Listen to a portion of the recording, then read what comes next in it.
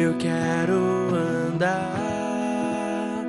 como ele andou, pisar nas pegadas que ele deixou.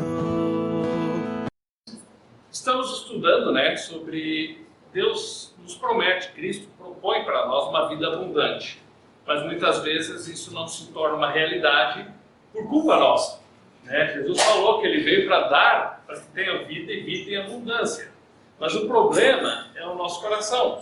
E é dele que procedem as fontes da vida, é dele que saem as coisas. E aí a gente viu que o único guia seguro que nós temos é a palavra de Deus. E o texto de Romanos 3, 4 fala o seguinte: que seja sempre Deus verdadeiro e todo homem mentiroso. Ou seja, nós vamos confiar no que a palavra diz. Ela é o guia seguro. Ela é viva. O que funcionou 2000 anos atrás funciona hoje. Ela produz vida quando colocada em prática. Ela é eficaz. Seus princípios funcionam. Ela é suficiente. Ela tem todos os recursos que nós precisamos. E ela transforma vidas, se colocada em prática. E aí somos chamados ao relacionamento pessoal com o Senhor, porque nesse relacionamento nós vamos ouvindo a voz dele através da palavra e nós vamos indo até ele para ter nossas vidas transformadas. Por isso que Jesus diz: aquele que quer vir após mim, a si mesmo se negue, tome sua cruz e siga. E a semana passada nós falamos sobre negar-se a si mesmo, que existem caminhos diferentes, o do homem e de Deus.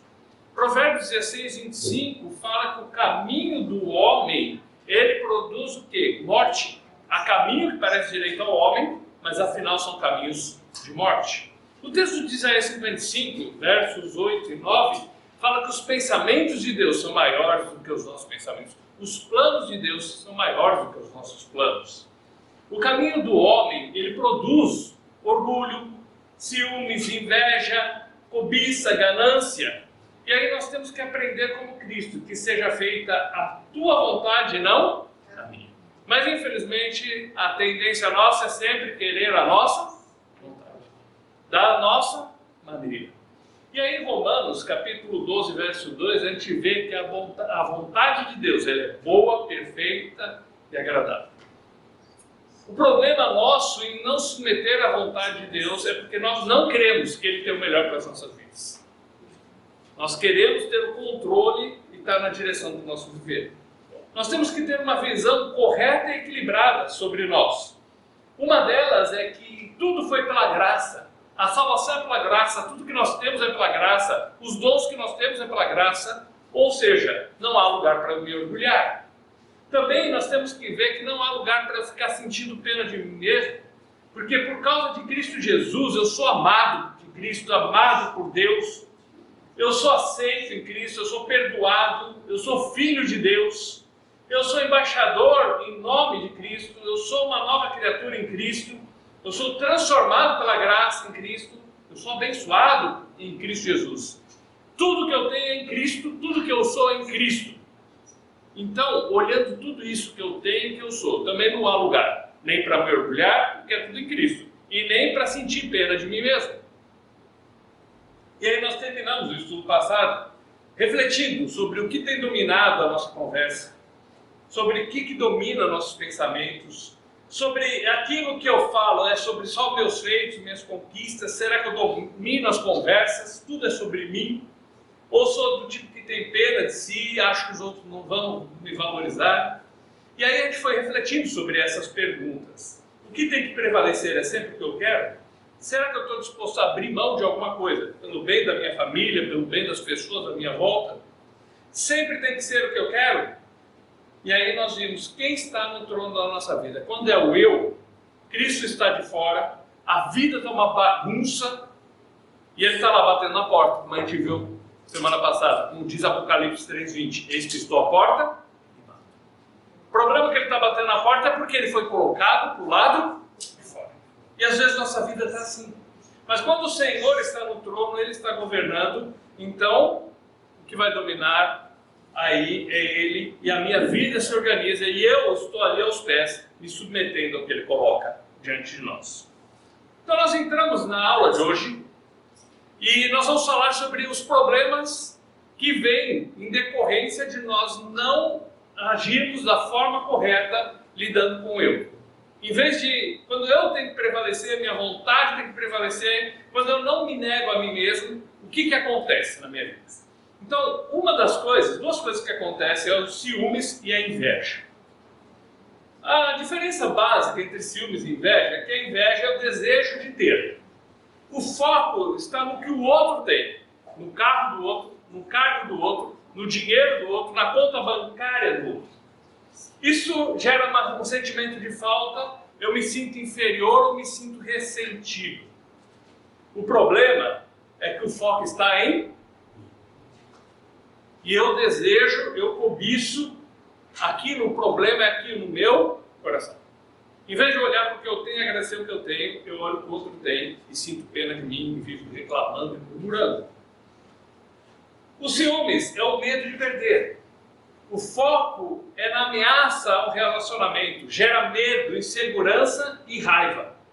O foco está em mim, por causa da minha segurança e eu querer ter o controle absoluto no relacionamento de uma pessoa. Embora às vezes pode ser de coisas também. Então uma diferença importante que a gente tem que entender é que os ciúmes de Deus, ele é um zelo amoroso e protetor para as nossas vidas. Deus tem ciúmes de nós, Ele zela, Ele se preocupa, Ele cuida de nós. Ele quer nós do seu lado. Ele quer que nós o amemos e o sigamos e o sirvamos. O ciúmes humano, geralmente, ele é doentio, egoísta, destrutivo e pecaminoso. Ele destrói relacionamentos, ele só pensa em si, ele está preocupado com o seu mundo e acaba destruindo o que está em volta. Geralmente é doentio e pecaminoso. Então, o ciúmes, ele pode ser de uma pessoa, de pessoas ou de coisas. Às vezes é o ciúmes da amizade. Se a pessoa é minha amiga, ela só pode ser minha amiga, não pode ser amiga do outro.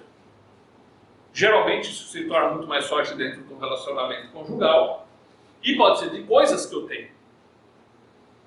Cantares, capítulo 8, versos 6 a 8, eu vou citar para vocês. É interessante que esse texto, ele fala para a gente, o texto de Cantares todo fala de um relacionamento. Havia dois camponeses apaixonados, dois jovens apaixonados. O noivo sai e ele sai procurando trabalho, ele sai para ganhar dinheiro para poder o quê? Casar. Interessante que naquela época tinha que pagar o dote também, né? Então ele sai, trabalha e quando ele está fora, passa um rei e se apaixona pela moça. E ele promete o mundo e o fundo por aquela moça. Só que ela o rejeita. E é interessante que é nesse contexto do Cantares, capítulo 8, que ele cita algumas coisas curiosas. Vamos ler o versículo 6 e o 7. Ele é Cântico dos Cânticos. É Cântico dos Cânticos ou Cantares, é o mesmo livro, tá? Obrigado por... Capítulo 8 é o final, é o desfecho dessa história. Versículo 6. Capítulo 8, verso 6. Põe como um selo sobre o teu coração, como um selo sobre o teu braço, porque o amor é forte como a morte, o ciúme é cruel como a sepultura, e as suas brasas são brasas de fogo com a mais veemente labareda. Então ele fala assim, ó, põe-me como selo sobre o seu braço, sobre o seu coração. O selo demonstrava, eu tenho alguém importante para mim. Tipo, o que é aliança hoje? O desejo do noivo era o quê? Esse compromisso de ambos. E fala, o amor é forte como a morte, mas os ciúmes é duro como a sepultura. O que muitas vezes destrói relacionamentos é o... Você quer enterrar o relacionamento? Seja ciumento. E aí o verso 7 fala, muitas águas não poderiam apagar esse amor, nem os rios afogá-lo. Se alguém desse toda a fortuna, toda a sua fazenda em troca desse amor, seria de todo rejeitado. Isso mostra a importância do relacionamento, quanto um é importante na vida do outro, quanto temos que valorizar um ao outro, mas existe um fator de risco.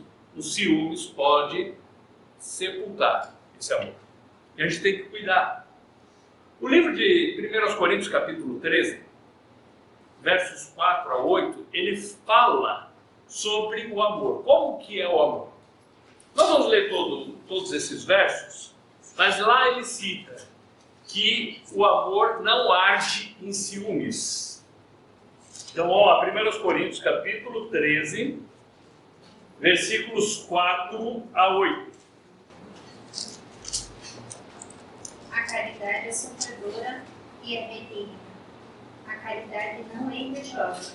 A caridade não se vangloria, não se envaidece. Não se comporta indecentemente, não busca os seus interesses, não se irrita facilmente, não pensa mal. Não se regozija com a iniquidade, mas se regozija com a verdade. Sofre todas as coisas, crê em todas as coisas, espera em todas as coisas, suporta todas as coisas. A caridade nunca falha, mas havendo profecias, elas falharão. Havendo línguas, cessarão. Havendo conhecimento, desaparecerão.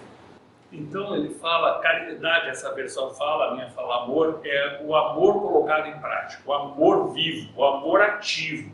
Ele fala, o amor, ele não age em ciúmes, mas também ele não age de forma conveniente. Ele não provoca o outro aos ciúmes também. O amor, ele pega e está pronto a sofrer, a dar de si, a crer, a esperar, e ele nunca falha. E dentro do que nós estamos estudando nesse momento, então o foco aqui é o quê? O amor não arde em ciúmes. Quando a gente arde em ciúmes, não está falando de um momento, de uma situação em específico. Está falando daquela coisa que queima no coração dia após dia. Então, na verdade, a gente acha que está amando porque ama que faz isso, mas na verdade está faltando amor. E é interessante que ele é escravizador, ele nos prende. Ele prende o outro e prende a nós. E vive num relacionamento difícil, seja de amizade, seja conjugal, porque ele escraviza as pessoas. Quem é o foco dos ciúmes e quem age em ciúmes. Ele prende e dificulta o dia a dia. Mas qual a solução de Deus para isso, então? Como agir, como lidar com isso de uma forma bíblica, de uma forma coerente? Por quê? Nós humanos temos essa tendência, não tem? Então, o primeiro ponto que a gente tem que entender, se a gente quer uma solução para esse problema, é reconhecer que o ciúmes é destrutivo, ele fere o padrão bíblico do amor. A gente leu 1 Coríntios 13, 4 a 8, e eu vou citar Provérbios 28, 13, que fala assim, o que encobre as suas transgressões jamais prosperará, mas o que as confessa e deixa alcançará misericórdia. Ou seja, o primeiro passo para vencer os ciúmes é o reconhecimento. Eu sei que eu estou errado. Eu sei que é pecado diante de Deus. Por quê? Porque a Bíblia fala. O amor verdadeiro, ele não arde em ciúmes. E sem esse reconhecimento, nunca eu vou mudar. E aí a Bíblia fala, aquele que confessa, eu chego para Deus e falo, Deus, eu tenho pecado, eu tenho agido errado, eu tenho sido ciumento, ou na minha amizade, ou das minhas coisas, ou no meu relacionamento. E eu quero colocar isso diante do Senhor. Porque eu não quero mais agir assim. Eu não quero ser destrutivo, eu não quero ser escravizador, eu não quero sufocar o próximo, eu não quero arder em ciúmes. Então Deus me... E aí ele diz, aquele que confessa e deixa, alcança misericórdia. Porque a pessoa que tem muitos ciúmes, ela sofre. A vida dela é difícil. O segundo ponto está em Salmo 37, verso 5. O verso diz assim, ó, entrega o teu caminho ao Senhor, confia nele, mas ele... E aí, como que a gente vence os ciúmes? Eu tenho que confiar, eu tenho que entregar para Deus o meu relacionamento. Eu tenho que entregar para Deus a outra pessoa. Eu tenho que confiar que Deus vai cuidar melhor dele do que eu posso cuidar.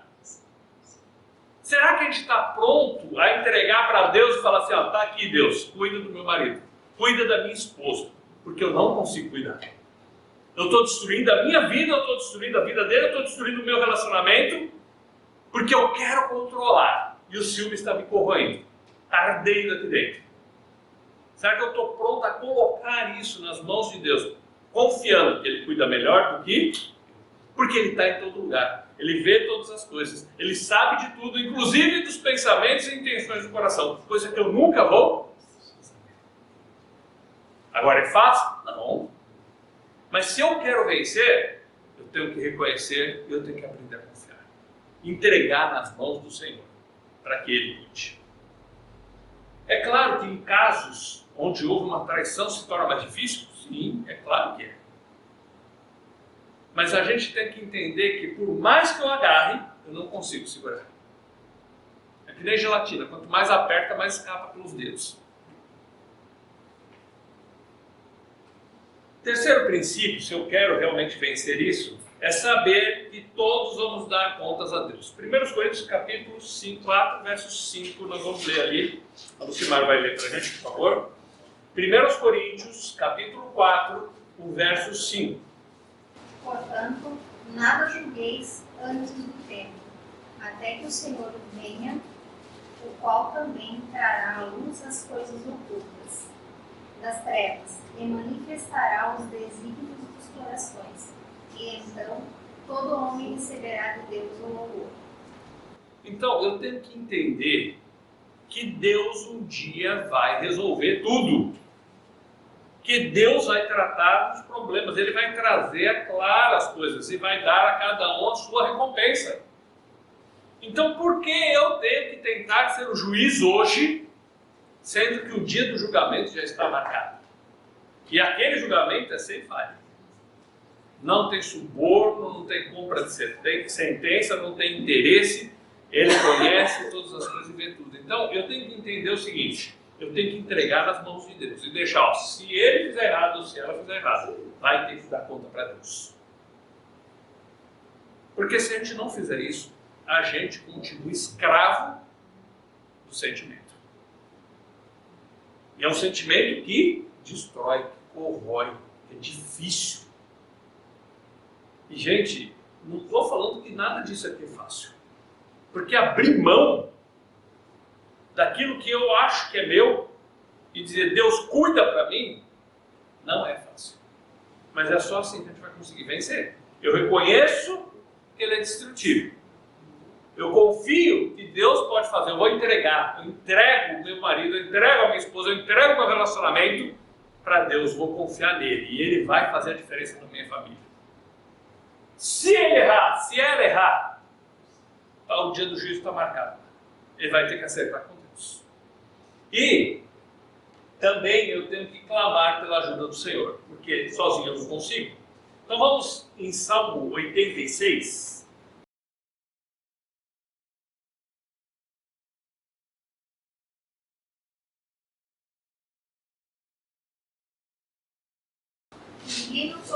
Inclina o teu ouvido ao Senhor, ouve, pois eu sou pobre e necessitado. Veja que o salmista aqui, Davi, ele fala, Senhor, inclina o seu ouvido para mim, porque eu sou necessitado da tua ajuda. Davi era uma pessoa que tinha posses, não era? Ele era rei de Israel.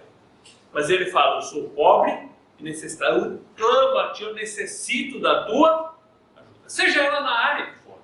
Aqui nós estamos falando de ciúmes, mas pode ser de inveja, pode ser de perdão, pode ser de agir de uma forma diferente, de ser menos iracundo, de ser mais humilde. É se lançar diante de Deus e clamar, Senhor, eu preciso da tua ajuda. Eu sou pobre e necessitado, eu sou incapaz de mudar e eu preciso que o Senhor me ajude a mudar, porque sozinho eu não vou conseguir. Então vamos para o próximo ponto, que é sobre a inveja.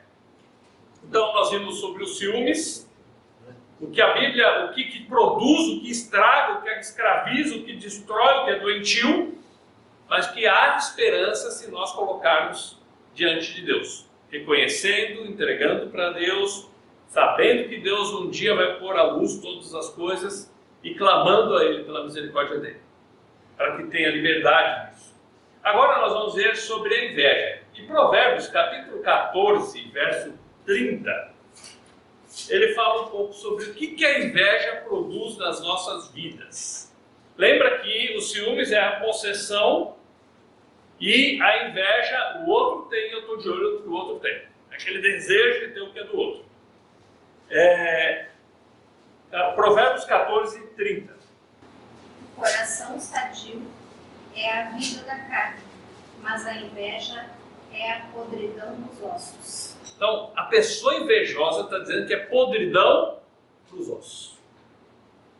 Ele acaba consigo. Ele vive uma vida miserável porque ele quer ter, ele tem inveja do que os outros têm, ele tem inveja do cargo do outro, ele tem inveja do carro do outro, ele tem inveja do jeito que o outro fala, ele tem inveja da aparência do outro, porque ele não está satisfeito com aquilo que ele tem, com aquilo que Deus deu, e ele olha para o outro e a vida dele é miserável. A Bíblia diz que é podridão dos ossos.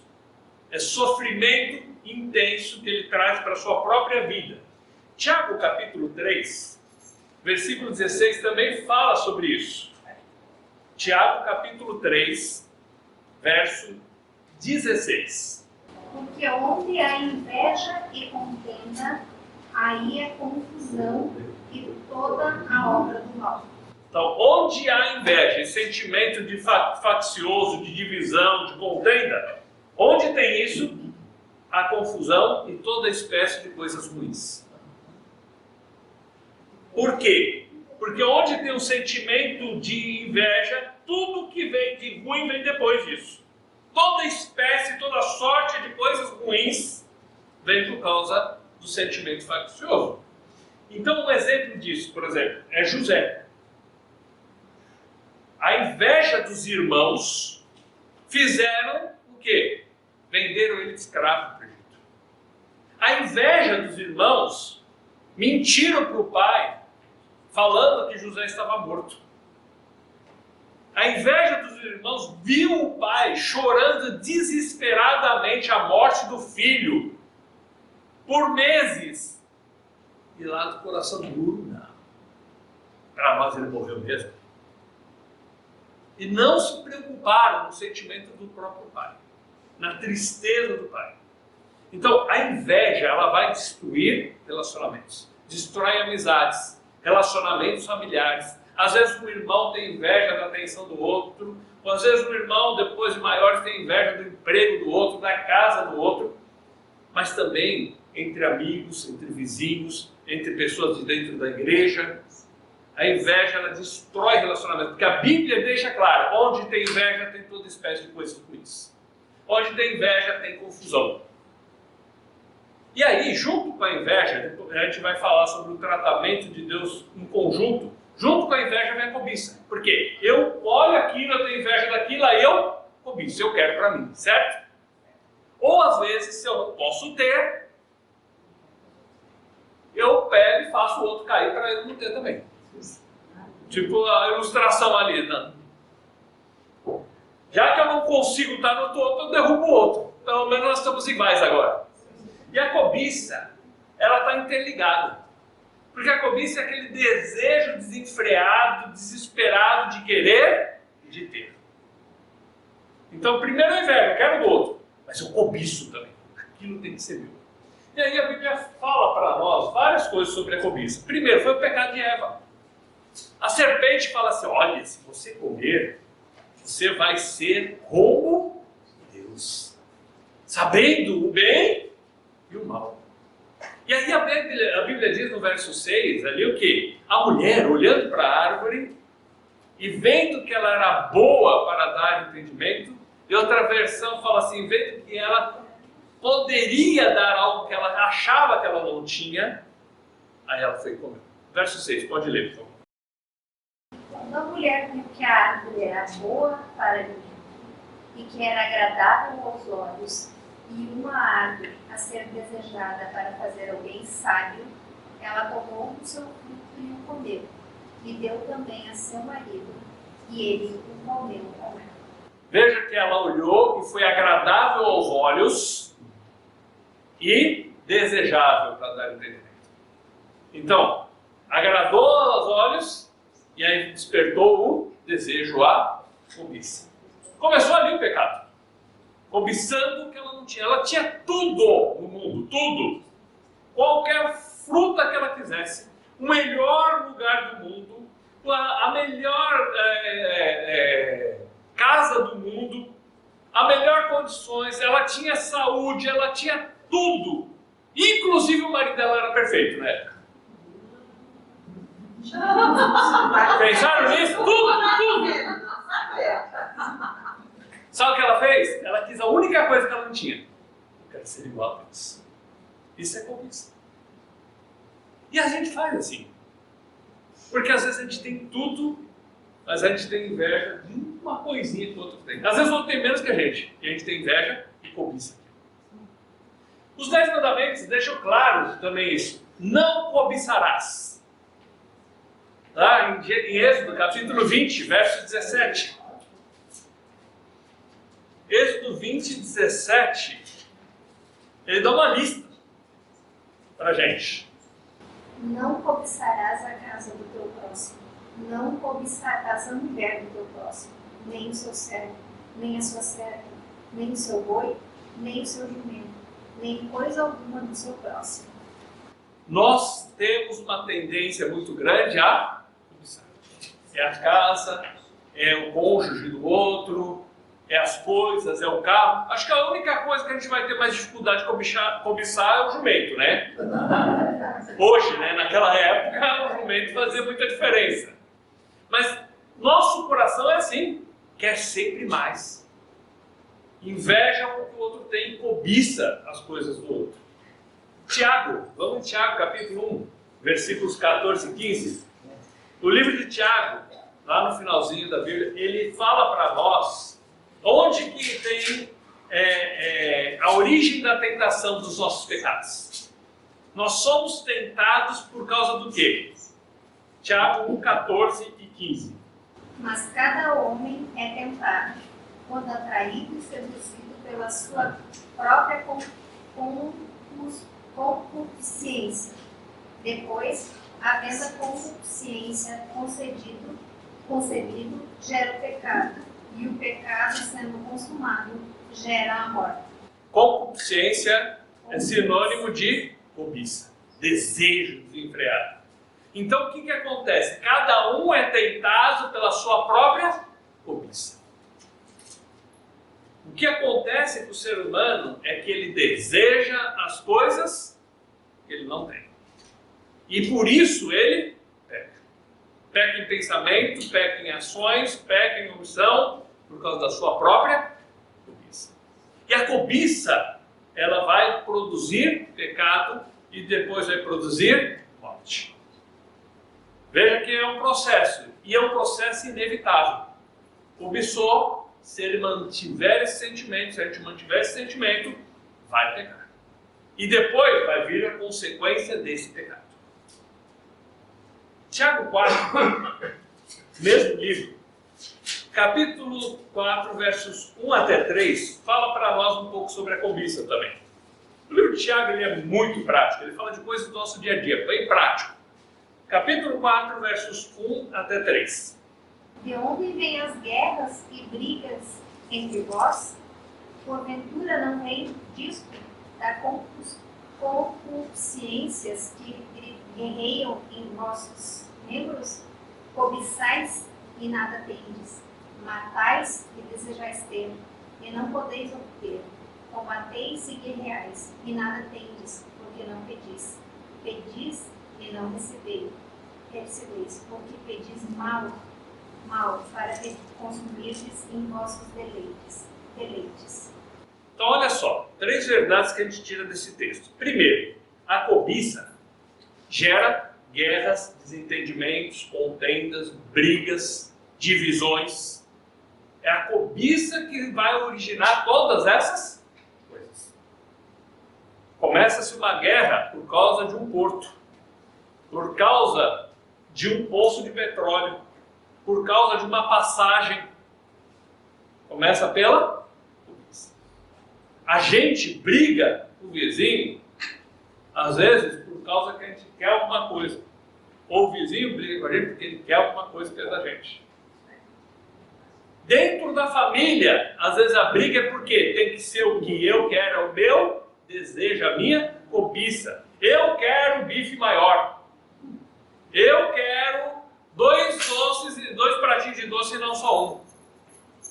Porque tem o doce lá, a mãe fez a sobremesa, todo mundo comeu um potinho, era para todo mundo estar satisfeito, mas sobrou um. Eu quero. Eu brigo com meu irmão, eu chuto ele, eu empurro ele, porque eu quero. Então, de onde vem guerras, contendas, brigas, divisões, divórcios? Da nossa cobiça. Também, a outra verdade é que a cobiça é motivada pela satisfação dos nossos prazeres. Eu quero a minha satisfação pessoal. Eu quero que o meu desejo seja atendido, seja ele qual for, de qual ordem for. Seja o desejo de ter algo, seja de ter uma posição, de ter evidência, seja desejo do que for na vida. O que motiva isso é o quê? A cobiça vem da onde? É motivada pela minha satisfação pessoal, pela satisfação dos meus desejos, dos meus prazeres. E a terceira verdade que a gente vê nesse texto é que ele é a razão egoísta das nossas orações. A gente pede para nós, porque eu quero, porque eu cobiço. Em vez de pedir coisas que estão ligadas ao relacionamento com Deus, em vez de pedir coisas que estão ligadas à minha vida do dia a dia, eu estou pedindo coisas porque eu estou desejando essas coisas. Deus, eu quero um carro igual do vizinho. Só que a gente não é tão... A gente acha que é mal educado falar isso para Deus. Fala, Deus, eu quero tanto um carro, que vai ser importante para mim.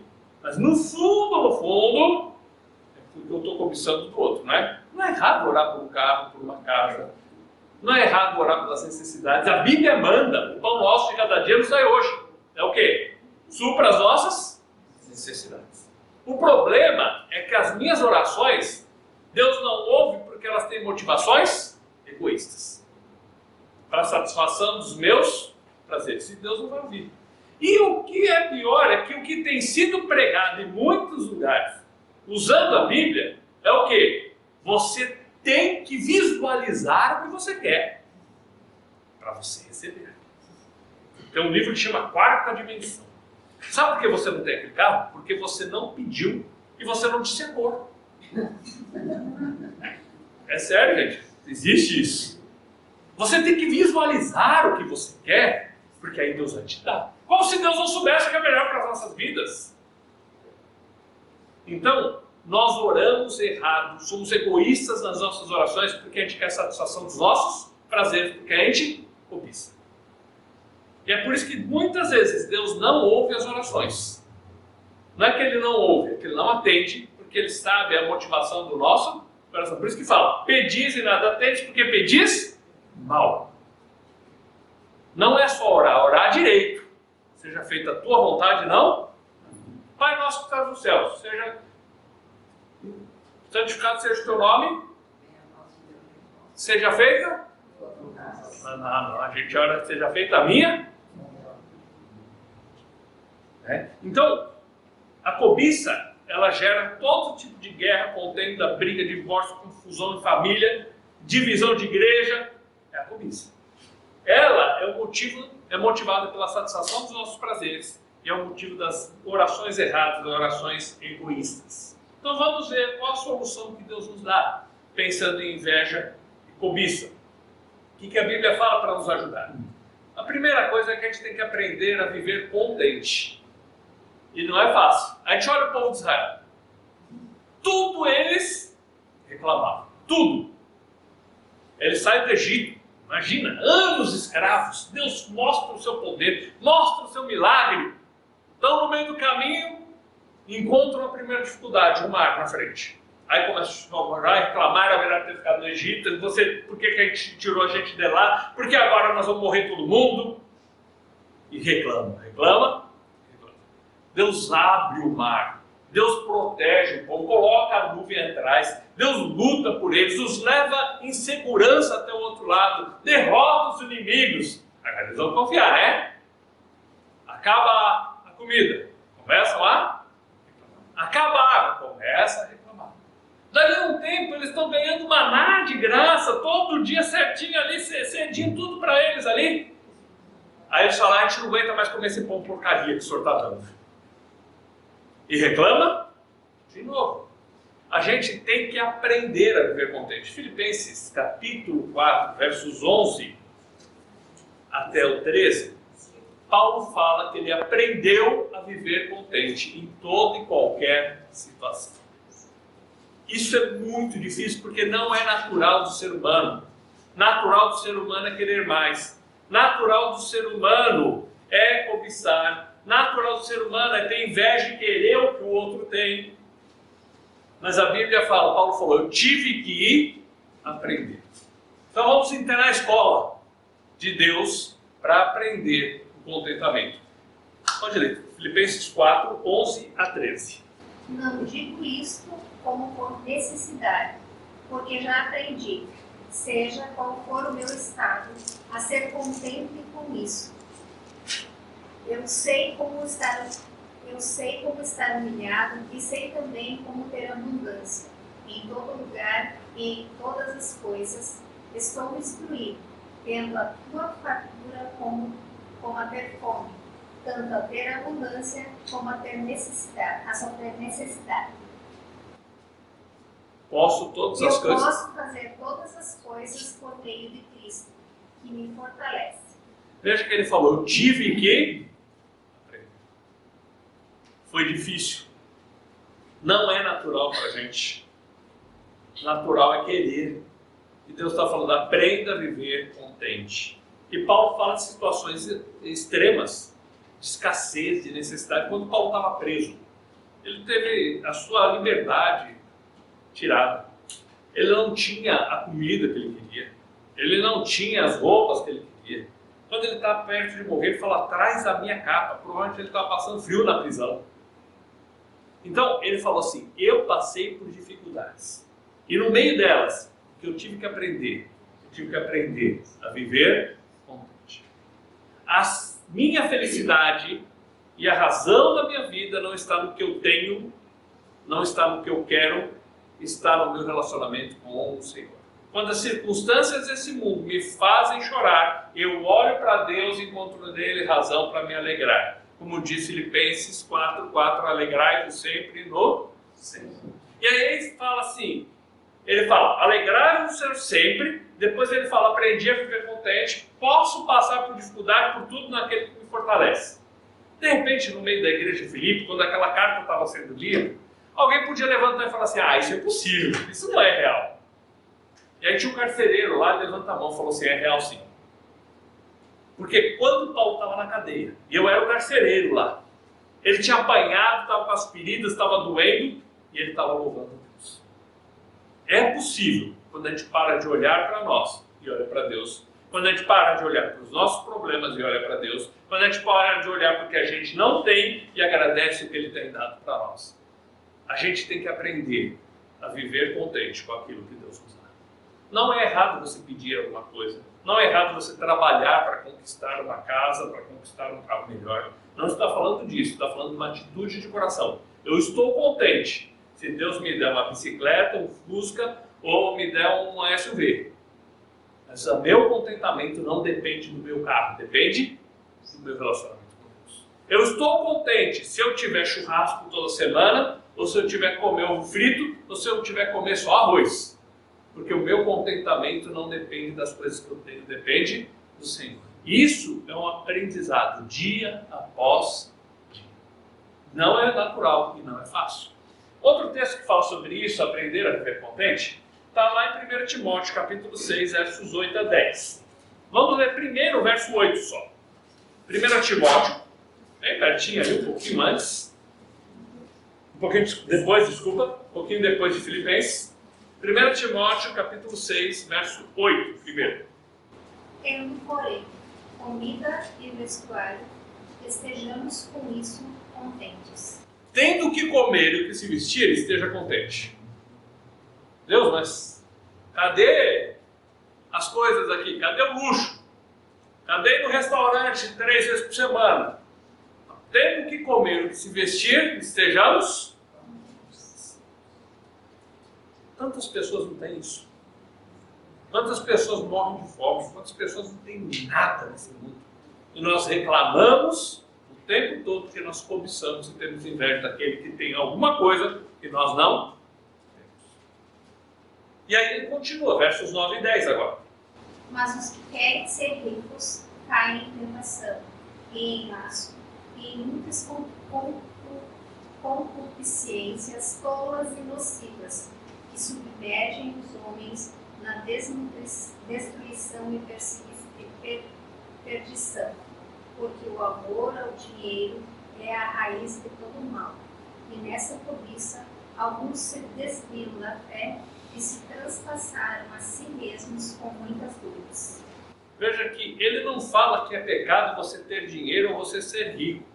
Mas quando isso é o desejo da sua vida, quando você cobiça isso, quando você ama o dinheiro, aí vai produzir um monte de coisa errada. Porque a pessoa ama o dinheiro, ele rouba, ele trai, ele mente, ele engana as pessoas no negócio, porque ele ama o dinheiro, porque ele quer ficar rico a qualquer custo. Por causa da sua cobiça de querer ter, vem tudo que é de ruim depois. Então, o amor ao dinheiro não é o dinheiro. O amor ao dinheiro é a raiz de todos os males. Mas isso daqui a gente vai abordar quando a gente estudar sobre dinheiro. Se ele é servo ou senhor. Nós vamos ter um estudo que vai tratar esse assunto. Mas aqui o assunto é o quê? Aprender a viver. E aí ele cita coisas básicas. Alimento e vestuário. Isso nos lembra Mateus, capítulo 6, quando Jesus fala de a gente aprender a viver certo. Vamos lá em Mateus, capítulo 6. Seria do 24 até o 33, mas a gente vai ler somente 2 desses versos, o resto eu vou citar, tá bom? Primeiro vamos ler o 24 e depois o 33. Mateus 6, 24. Nenhum homem pode servir a 2 senhores, porque ou há de odiar um e amar o outro, ou se apegará a um e desprezará o outro. Não podeis servir a Deus e a Mamon. Que seria a riqueza. Mas isso daqui também a gente vai abordar lá. Mas Jesus, para ensinar o que a gente vai ver agora, ele começa dizendo: quem é que você vai servir? A Deus ou ao dinheiro? A Deus ou a sua cobiça? Os seus desejos? A sua satisfação de querer ter as coisas? E aí ele começa a dar exemplos. Ele fala assim: observe as aves do céu. Não plantam, não fazem nada, entre aspas, a nível disso, e Deus lhes dá o alimento. Você vale muito mais do que as aves do céu. E Deus vai dar o seu alimento que você precisa. Observe os lírios do campo. Eles não fiam, eles não tecem, eles não fazem tecidos para eles. Mas nem Salomão, em toda a sua glória, se vestiu como um deles. É Deus que cuida deles. Você vale muito mais do que um lírio do campo. E ele vai cuidar de você. De novo, ele aborda aqui o quê? As 2 áreas que nós precisamos: o alimento e o vestuário. Ou seja, Deus promete que vai cuidar de nós das nossas necessidades. A gente vale muito mais do que as aves, do que os lírios, e eles não vão cuidar de você, das suas necessidades. Tendo com o que comer e com o que se vestir, estejais vós aprendendo contentamento. Mas também, uma outra solução é que a gente aprende a buscar a coisa certa. Verso 33, ele termina essa história toda dizendo, pode ler o 33. Mas buscai primeiro o reino de Deus e a sua justiça, e todas essas coisas vos serão acrescentadas. Deus está falando o seguinte: em vez de você ter o objetivo da sua vida, de satisfazer os seus prazeres, de ter as coisas, de ter a posição, de ter as coisas do outro, foque no Senhor. Busque em primeiro lugar o Senhor e Ele vai te ajudar nas coisas que você precisa, não nas que você quer, não nas que você cobiça. Então a gente tem que aprender a viver contente com o que Deus tem dado, e a gente tem que aprender que existe algo mais importante do que correr atrás das coisas ou de querer satisfazer os nossos prazeres. Um relacionamento nosso com Deus. Quando eu me relaciono com Ele, aprender a viver contente se torna uma coisa mais fácil.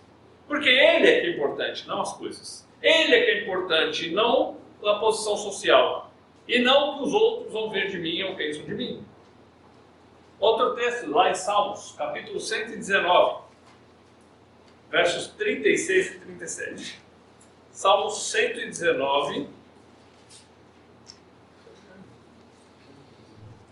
o 36 e o 37.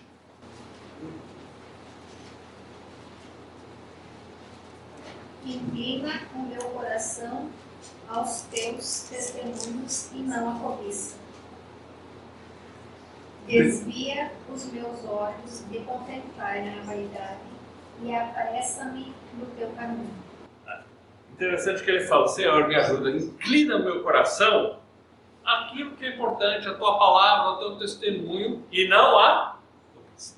Porque a tendência do nosso coração é se inclinar à cobiça. A gente tem que orar como o salmista orou. Como ele está dizendo aqui: olha, Senhor, me ajuda. Eu não quero ser uma pessoa que vou viver cobiçando. Inclina o meu coração, que o meu coração esteja apegado ao Senhor, à tua palavra, e não à cobiça. E aí ele cita também no 37, desvia os meus olhos para que não contemplem a vaidade. Porque geralmente quando eu cobiço é porque eu quero uma posição, eu quero me exibir, eu quero satisfazer o meu ego, a minha vaidade. Então ele está falando: desvia de mim, desvia os meus olhos para que não veja a vaidade, mas vivifica-me no teu caminho. A vida no caminho de Deus e a morte no caminho da cobiça, no caminho da inveja. Como a gente viu lá em Provérbios, quando a gente começou a falar da questão da inveja, a inveja é podridão para os ossos. A cobiça é o princípio do pecado, gera toda sorte de confusão, gera divisão, destrói vidas e relacionamentos. Então o Senhor está falando: se apegue a mim e não a cobiça. Que o nosso coração esteja apegado ao Senhor e à sua palavra, e não a cobiça. Vamos orar como o salmista orou. Outro texto também, a gente já citou, que é o verso 24 de Mateus capítulo 6, que eu tenho que reconhecer que eu não devo servir a dois senhores. Ou eu sirvo a Deus, ou eu amo a Deus, ou eu amo o dinheiro. Não dá para andar com um pé em cada canoa, porque a gente vai cair. Ou a gente ama a Deus, ou a gente ama a si mesmo. Ou a gente ama a Deus, ou a gente ama as coisas. Ou a gente ama a Deus, ou a gente ama o status social. Ou a gente ama a Deus, ou a gente ama o dinheiro. Não dá para servir a dois senhores. Então como que eu posso vencer a inveja? Eu tenho que lembrar o que Deus fala. Eu tenho que aprender a viver contente. O meu desejo, meus seios, meus olhos têm que estar fitados no Senhor para que produza vida e não na cobiça. Então vamos buscar o Senhor e a sua justiça. O resto que a gente precisa, Ele vai nos dar no dia a dia. Aprendendo a viver contente com o que come, tendo o que comer, tendo o que vestir, aprendendo a viver contente no meio das coisas boas e das coisas difíceis também. Porque eu tudo posso naquele que me fortalece. E as pessoas às vezes usam esse verso para alimentar a sua cobiça.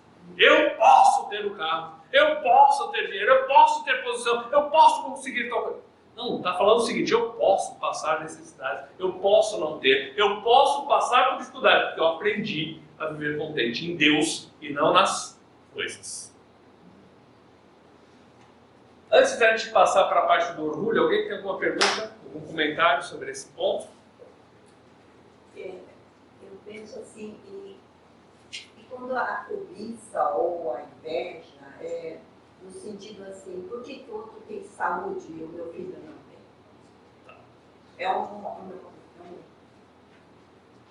Eu entendo, é difícil. Nós vamos abordar isso, tá? Então, só o pessoal que está em casa entender, pergunta: quando ciúmes ou a cobiça é assim, por que o meu filho não tem saúde, outros têm, e essas pessoas às vezes são até más, e está tudo bem com eles, e eu aqui sofrendo, ou meu filho, ou alguém que eu amo sofrendo. Nós vamos estudar sobre isso, como lidar com as pancadas da vida. É um dos dias que a gente vai estudar. E a gente vai entrar nesse ponto. A Bíblia fala de um homem que viveu esse dilema e pergunta para Deus. O nome dele é Asaf. Então, eu não vou responder hoje, porque daqui uma ou 2 semanas, porque a semana que vem não vai ter estudo, vai ter um hiato ali, a gente vai abordar esse assunto. Né? Como lidar com as pancadas da vida. Então, vou deixar a resposta para lá, tá bom? Tá, então vamos entrar agora na parte do orgulho. Tá? Então, a pessoa orgulhosa, ela está contemplando a si, se achando o máximo e não está vendo o abismo na sua frente. É que nem o desenho, a figura aí. Provérbios 16, 18, Provérbios capítulo 16, verso 18. O orgulho precede a destruição e o espírito altivo precede a queda. O orgulho precede a destruição, o espírito altivo que se acha acima dos outros precede a queda. Então, o orgulho, a altivez, a soberba precede a ruína. Quer ver alguém que está para cair? Olha o orgulhoso. Uma hora ele cai do pedestal que ele se colocou. E aí a gente vai ver biblicamente algumas coisas sobre isso. Uma definição sobre o orgulho é pensar de si mesmo mais do que deveria pensar. E tem uma advertência disso lá em Provérbios capítulo 12, Romanos capítulo 12, verso 3. Pois eu digo, pela graça que me é dada para todo mundo que está entre vós, não pense de si mesmo muito mais do que deveria pensar, senão que pense com sobriedade, assim como Deus tem dado a cada um uma medida de fé. Não pense de si mesmo além do que se deve pensar. Isso é orgulho. Eu estou pensando de mim mais do que eu deveria pensar. Interessante que esse texto ele está dentro de um contexto bem interessante da carta de Paulo aos Romanos. Porque ele fala no versículo 1, rogo-vos, pois, irmãos. Então ele começa com pedido. Aí ele deixa claro, renovem suas mentes. Temos que mudar a maneira de pensar. Não pense mais do que deveria pensar a respeito de você. E aí depois do verso 4 para frente ele vai falar sobre os dons que Deus tem nos dado. E aí ele fala, para Deus usar a sua vida, com o dom que ele tem te dado, em primeiro lugar, põe o pezinho no chão e não pense além do que deve. Não pense que você é melhor que ninguém. Mude a sua maneira de pensar. Pense de uma forma coerente com o pé no chão. Porque senão, não tem como você usar os dons que Deus tem te dado. Então, o orgulho é pensar de si mesmo além do que deveria. Alguns sintomas de orgulho, vamos ver alguns. Um deles é ficar bravo. Né? Como que acontece isso? Como que as pessoas se atrevem a me tratar desse jeito? Ou como falam comigo dessa maneira? Eu estou me sentindo dodói porque eu acho que eu mereci um tratamento melhor do que eu estou recebendo. Não é assim? É orgulho. Eu acho que as pessoas tinham que me tratar melhor. A Bíblia manda a gente tratar bem um ao outro, não é isso? O problema é o meu sentimento, que eu fico bravo quando as pessoas não me tratam do jeito que eu acho que elas deveriam me tratar, porque eu me sinto acima delas. Porque eu me sinto melhor ou superior. Outros sintomas é ficar ofendido. Então, às vezes eu fico assim, porque eu fui tratado de uma maneira muito inferior àquilo que eu mereço. Eu mereço, como que alguém, eu sou fulano de tal, eu tenho tal título, eu sou PhD, eu tenho mestrado. E como que eles me tratam desse jeito? Como não batem continência para mim? Eu mereço mais.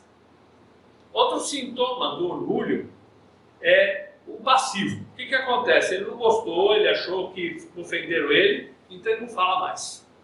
Fica sem falar, dá um castigo do silêncio, não vou fazer mais nada. Se não me colocar no cargo que eu mereço aqui na igreja, eu não faço mais nada também. Fica empurrado no canto. Isso é orgulho. Eu acho que eu mereço um cargo, eu acho que eu mereço uma posição, eu acho que eu mereço no trabalho aquela posição daquela pessoa, então eu sou empurradinho ali. Tudo eu impacto, tudo eu travo, dou minha opinião contra ou simplesmente me calo empurrado no canto. Outros sintomas do orgulho é mentir para que os outros pensem mais de mim, melhor de mim. Porque eu faço isso, eu tenho aquilo. É quando você vai ver, não tem porcaria nenhuma. Outros sintomas, o se gabar, o vangloriar-se. Porque eu quero mostrar as minhas virtudes. Quero que todos vejam que eu sou bom, que eu sou melhor. É aquela pessoa que se vai ajudar alguém quer contar para todo mundo. Como o fariseu que pegava e se colocava no meio das praças para fazer orações bonitas para mostrar para todo mundo que ele era melhor. Ou que ele amarrava as fitas no seu braço para dizer, eu guardo os mandamentos. Então, quer glória a si. A síndrome do pavão, né? Ele que tem que aparecer, todo mundo tem que trazer glória a ele, tem que elogiar a ele. Ele busca a glória para si mesmo. Outro sintoma do orgulho é desprezar os outros porque eu me sinto superior. Alguém chegou, o carro dele é bem inferior, e aí o pessoal pensa assim, eu não vou chegar perto dele para conversar. Só porque eu me sinto superior, porque eu tenho uma coisa melhor. Ou porque eu tenho um carro melhor. E acabo desprezando o outro. Então, vamos ver as consequências disso. A primeira delas é que isso cega o coração. Nós começamos a agir, não vemos a nossa maneira orgulhosa de agir. Salmos 19, 12 e 13, Davi fala sobre isso. A gente já leu no estudo anterior. Nós vamos ler esses dois versos, o 12 e o 13. Quem pode entender seus erros? Purifica-me tu das falhas secretas.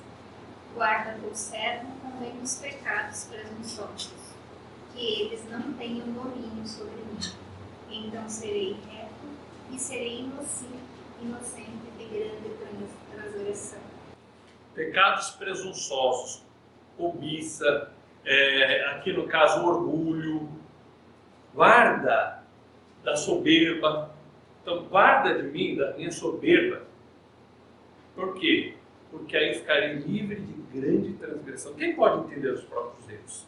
Quando eu estou orgulhoso, eu não enxergo o que eu estou fazendo. Eu não enxergo o que eu estou querendo mostrar na frente dos outros.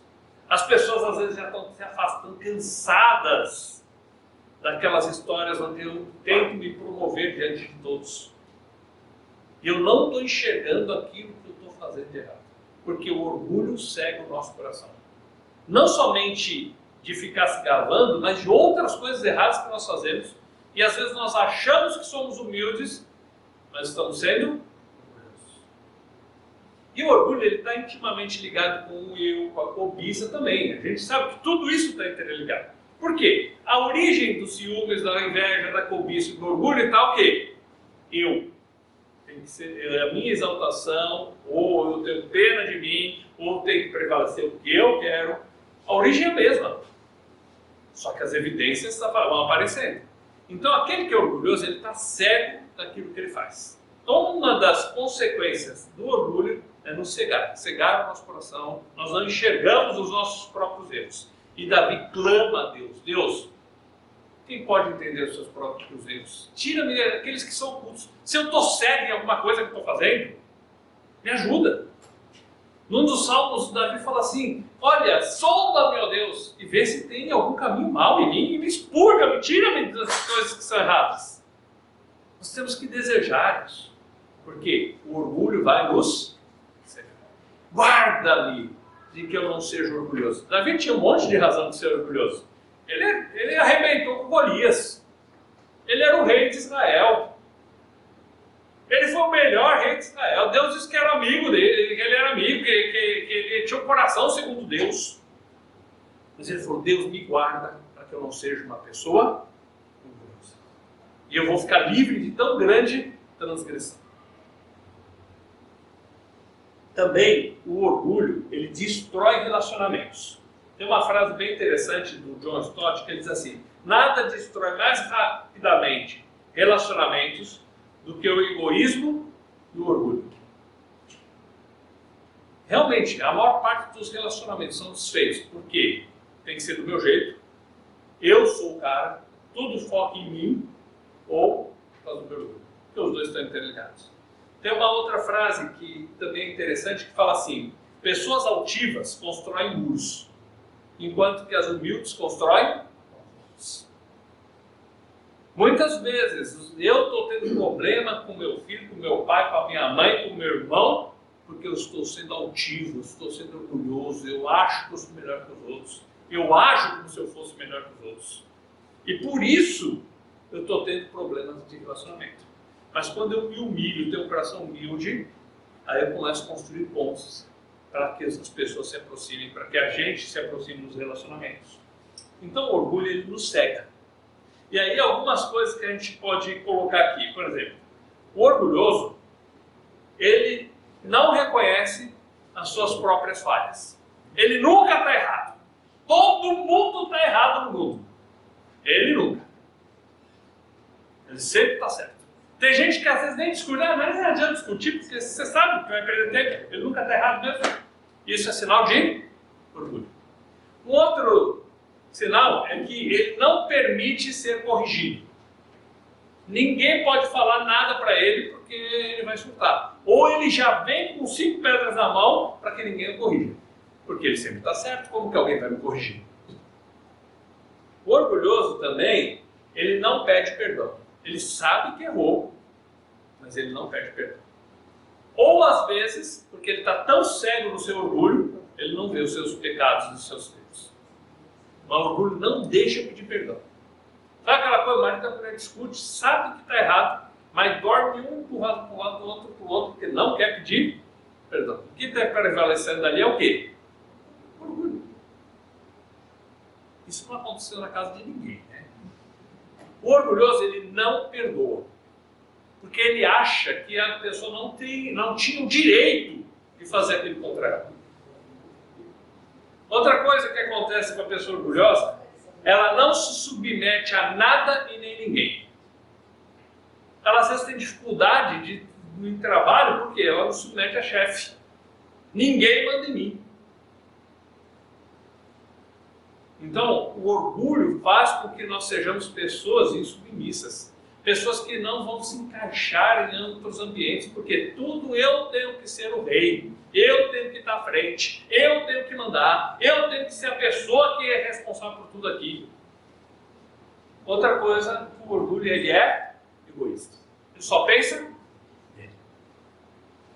Tá. Consequências do orgulho também. A Bíblia diz que ele precede a ruína, certo? Então, nós já lemos Provérbios 16, verso 18, que o altivo, o soberbo, ele vai estar pronto para a queda, para a ruína. O altivo, ele está prestes a cair. O orgulhoso, ele está prestes a cair. E aí tem uma frase do Spurgeon que diz assim: o orgulho é como você tecer para si mesmo uma corda que vai acabar te enforcando. Você se orgulha e você acha que é o máximo que você está tecendo a corda que vai ficar no teu pescoço e vai te enforcar depois. Por quê? O orgulho está prestes a ser destruído. Tem um exemplo disso na Bíblia, sobre uma pessoa chamada Aitofel. É uma história pouco conhecida. Um personagem que aparece poucas vezes. Porém, na época dele, ele era o cara. Olha só, o texto está aqui, então a gente vai ler direto daqui. Em 2 Samuel 16, 23, fala assim: o conselho que Aitofel dava naqueles dias era como a resposta de Deus a uma consulta. Então era o conselho de Aitofel tanto para Davi quanto para Absalão. Ele era um conselheiro de Davi e era uma pessoa sábia. Tanto que quando precisava de alguma coisa, vamos perguntar para o Aitofel. O cara sabe, o conselho dele é bom. Há algum problema até aqui nisso? Não. O problema é quando ele se coloca no pedestal. Eu sou o cara. Todo mundo tem que fazer o que eu falo, porque eu sou o cara que Davi diz que é a resposta de Deus para a vontade dele. Ele começa a se colocar numa posição, isso acontece muito, gente.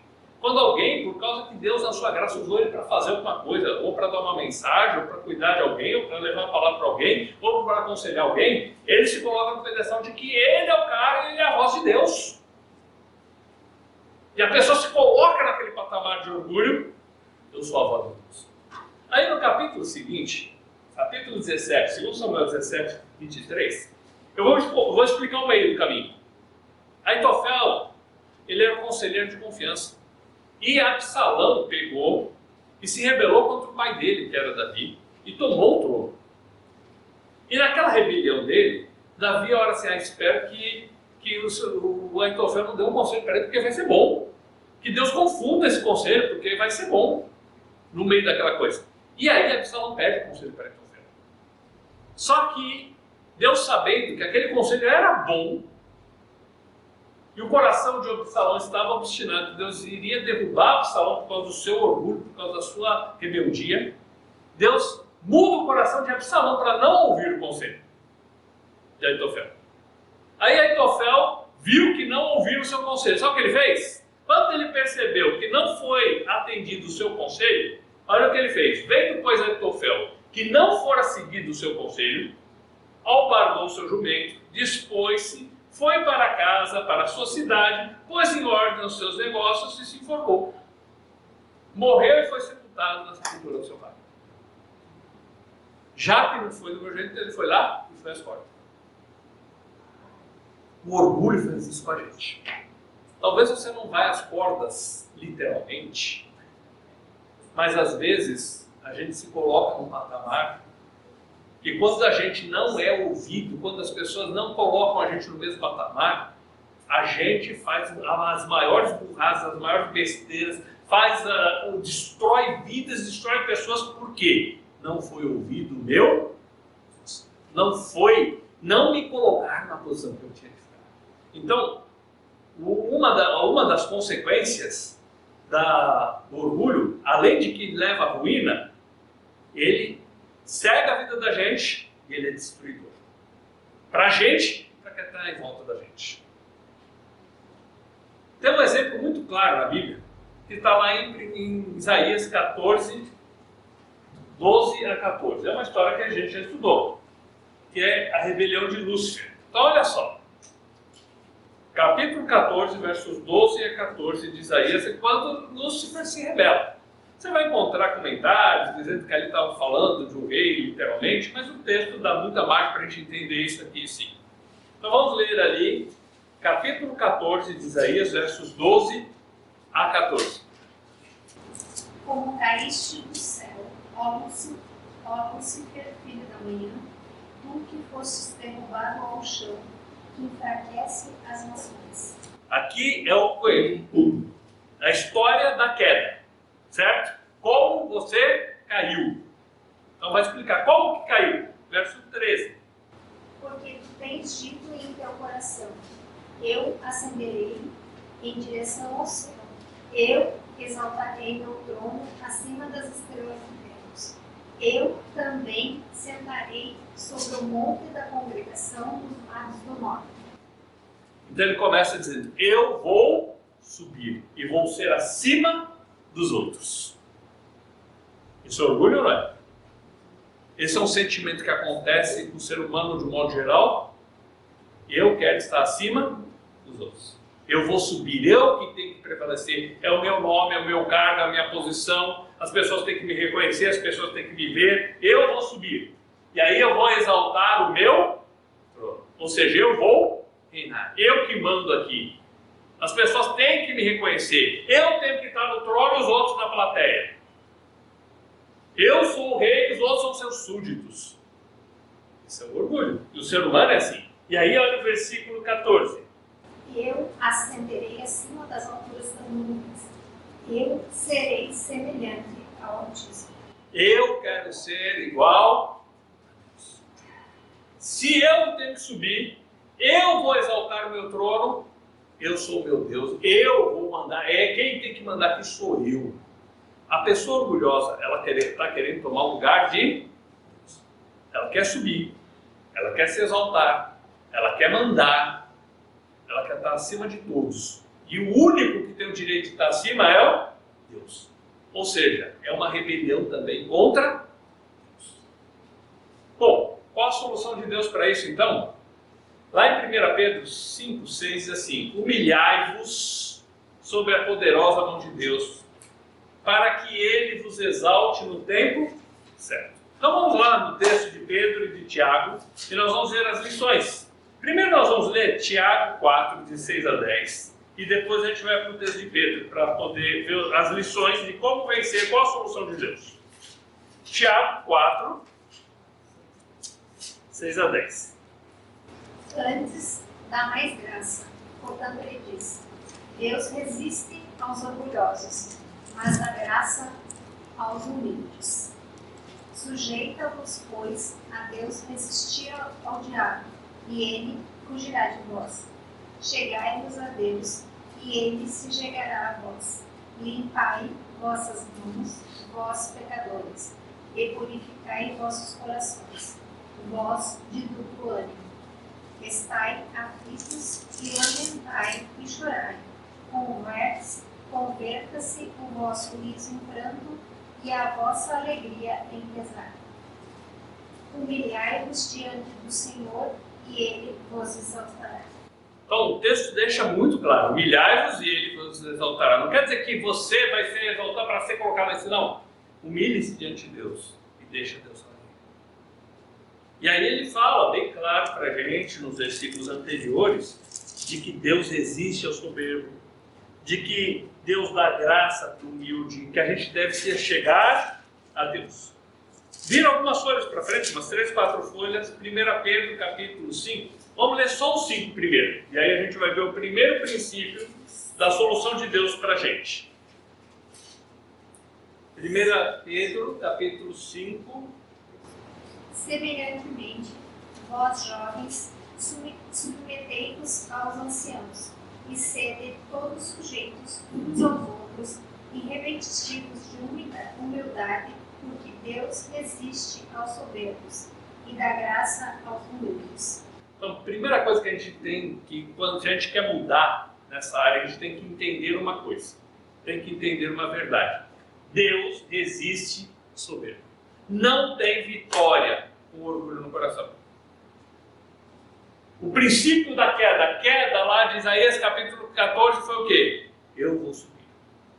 Ou seja, um coração orgulhoso, uma pessoa orgulhosa, uma pessoa altiva, se acha melhor que os outros, Deus não vai abençoar aquela pessoa. Ela pode ter dinheiro, ela pode ter coisas, pode ter posição, mas ela não tem a bênção de Deus e não tem a paz no coração. Então, a primeira coisa que a gente tem que fazer é o seguinte: eu tenho que entender que o orgulho é contra Deus. Deus só vai estender a sua graça, só vai me ajudar quando eu me humilhar diante dele. A segunda é o verso 6. Nós temos que entender, mas tem que agir. Verso 6. Humilhai-vos, pois, debaixo da potente mão de Deus, para que Ele vos exalte no tempo certo. Então, eu entendo que Deus resiste ao soberbo e que Ele só vai dar graça quando eu me humilhar. Então, eu vou me humilhar diante. Deus, eu tenho sido orgulhoso. Deus, meu coração é orgulhoso sim. Eu quero posição, me acho melhor, eu me sinto melhor. Quem está mandando a minha vida sou eu estou querendo subir, eu estou querendo exaltar meu trono, eu estou tomando o teu lugar, eu quero a tua glória, eu quero que as pessoas glorifiquem a mim, eu quero aparecer.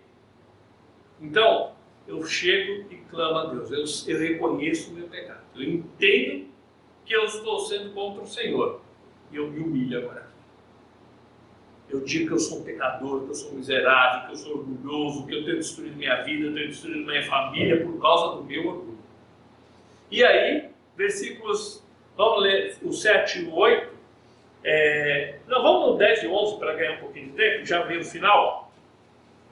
10 e 11. Mas o Deus de toda graça, que nos chamou para a sua eterna glória por Cristo Jesus, depois de ter sofrido um pouco, vos aperfeiçoe, confirme, fortifique e estabeleça. A Ele seja a glória e o domínio para sempre e sempre. Amém. Eu tenho que reconhecer que se eu fui aperfeiçoado, é por causa dele. Se a minha vida foi transformada, é por causa dele. Se eu tenho alguma coisa, é por causa dele. Se eu fiz alguma coisa, é por causa dele. Tudo que eu tenho, que eu sou, tenho que reconhecer que é por causa dele, não por causa de mim. Lá em Deuteronômio, Deus fala assim para o povo de Israel: olha, quando vocês entrarem na terra que eu vou dar para vocês, cuidem-se para que não se exalte o seu coração, que você diga: a minha mão e o meu braço forte conquistou essas coisas. Mas lembre-se de onde você veio, que você passou pelo terrível deserto. Lembre-se que foi Deus que fez tudo e que foi Deus que te deu, e não se exalte o teu coração. Por quê? Nós temos a fraqueza de achar que nós conseguimos e que nós fazemos e que nós somos alguma coisa. E aí, o verso 11 diz o quê? A Ele domínio pelos séculos dos séculos. A outra versão diz: a Ele a glória. Todo o mérito é dele e não. Então, primeiro eu tenho que entender Porque se eu estou sendo orgulhoso, eu estou indo contra Deus. Eu preciso me humilhar diante dele para ter a graça dele na minha vida. Eu preciso pedir perdão para Deus. Eu preciso pedir perdão para as pessoas que eu tenho ofendido. Eu preciso me humilhar e dizer, Senhor, eu estou aqui. Realmente é isso que está destruindo a minha vida. É o meu orgulho que tem destruído o meu casamento. É o meu orgulho que tem destruído o meu relacionamento com os filhos. É o meu orgulho que tem destruído o relacionamento com os pais, com vizinhos, com amigos. É o meu orgulho que tem estragado a minha vida. Eu quero aparecer, tantas pessoas se afastam de mim. Por quê? Porque eu sou orgulhoso, as pessoas não aguentam ficar do meu lado. A culpa é minha, não delas. Deus, eu tenho que reconhecer que é o Senhor que fez, é o Senhor que dá. Se eu tenho alguma coisa é porque o Senhor deu, o Senhor fez. Salmos, capítulo 131. Está aqui na tela, a gente nem precisa achar.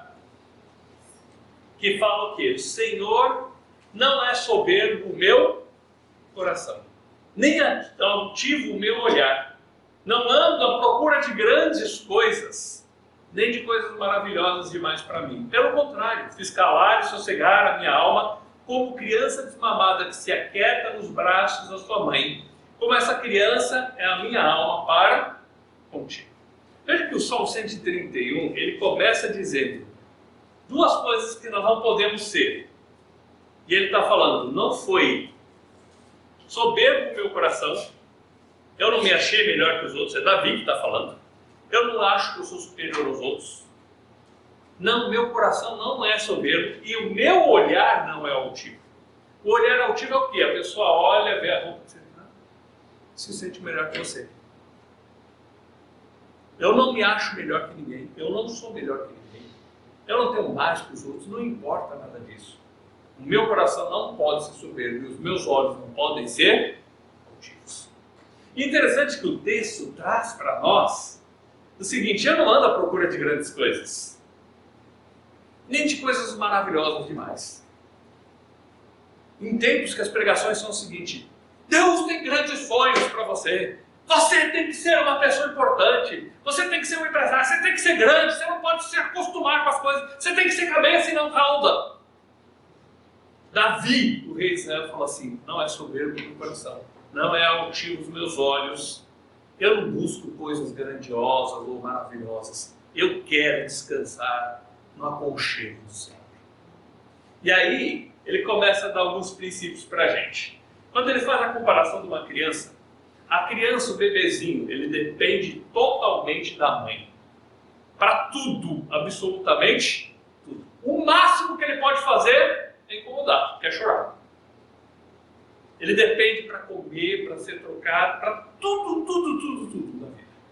Então ele fala o seguinte, a minha alma, eu quero depender do Senhor, como um bebezinho depende da sua mãe. Eu não quero ter um coração orgulhoso, um olhar altivo, eu não quero coisas grandes. Eu quero depender de ti.